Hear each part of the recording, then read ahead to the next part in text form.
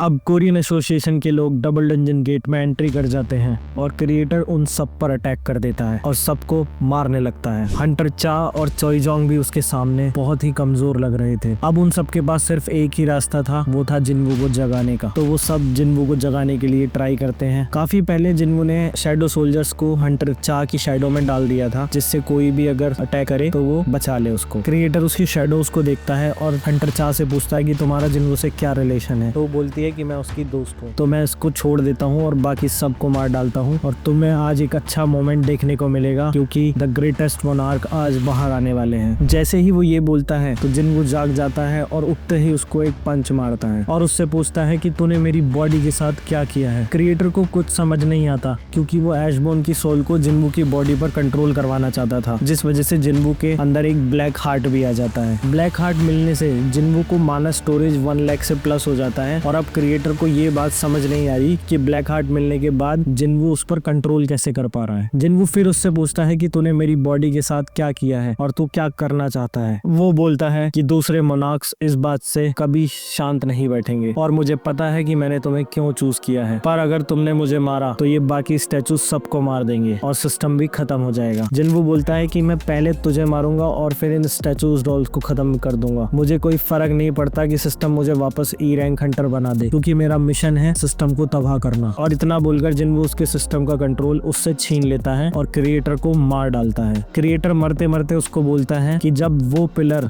जो आसमान को संभालते हैं वो बन जाएंगे तब तुम्हें ऐसी मौत आएगी जिससे तुम कभी नहीं बच पाओगे। जिन्वू रिप्लाई में बोलता है कोई बात नहीं, और वो सब बाहर आ जाते हैं और सबकी ऐसी हालत देखकर बाहर वाले लोगों को लगता है कि सी रैंक डंजन इतना खतरनाक भी हो सकता है। इतने सारे हंटर्स मर गए हैं और फिर थोड़ी देर में जिन्वू बेहोश होकर बाहर गिर जाता है। अब इधर यूरी ऑर्ला जापान के बहुत सारे मैजिक क्रिस्टल को मंगाकर उस एस रैंक गेट को बैरियर को क्लोज करने की तैयारी कर रहा है और फिर से वहां जिन्वू के फादर अपीयर होता है, जो उसने पहले ही यूएस हंटर एसोसिएशन को बता दिया था कि ऐसा कुछ होने वाला है। अब यूरी आगे बढ़ता है और उस गेट पर बैरियर लगाता है। तभी एकदम से डंजन ब्रेक हो जाता है और इधर जिन्वू की आंख खुलती है 3 दिन बाद हॉस्पिटल में। और जिन्वू पूछता है कि उस जापान वाले गेट का क्या हुआ, तो जिन्हो उसको बताता है कि रेड फेल्ड हो गई है। वो डंजन ब्रेक हुआ और वहां से बहुत बड़े बड़े मॉन्स्टर्स बाहर आए और जब यूरी ऑर्ला ने उस बैरियर को लगाया था तो मॉन्स्टर ने उसे एक ही अटैक में उस बैरियर को तोड़ दिया और यूरी ऑर्ला को भी निपटा लिया। वहां के मॉन्स्टर इतने पावरफुल हैं कि बाकी एस रैंक हंटर्स और आर्मी भी उनका कुछ नहीं बिगाड़ पा रही। और इस वक्त जापान का बहुत बुरा सीन है। तो ये सीन बिल्कुल मैच करता है डीमन कैसल में जब गया था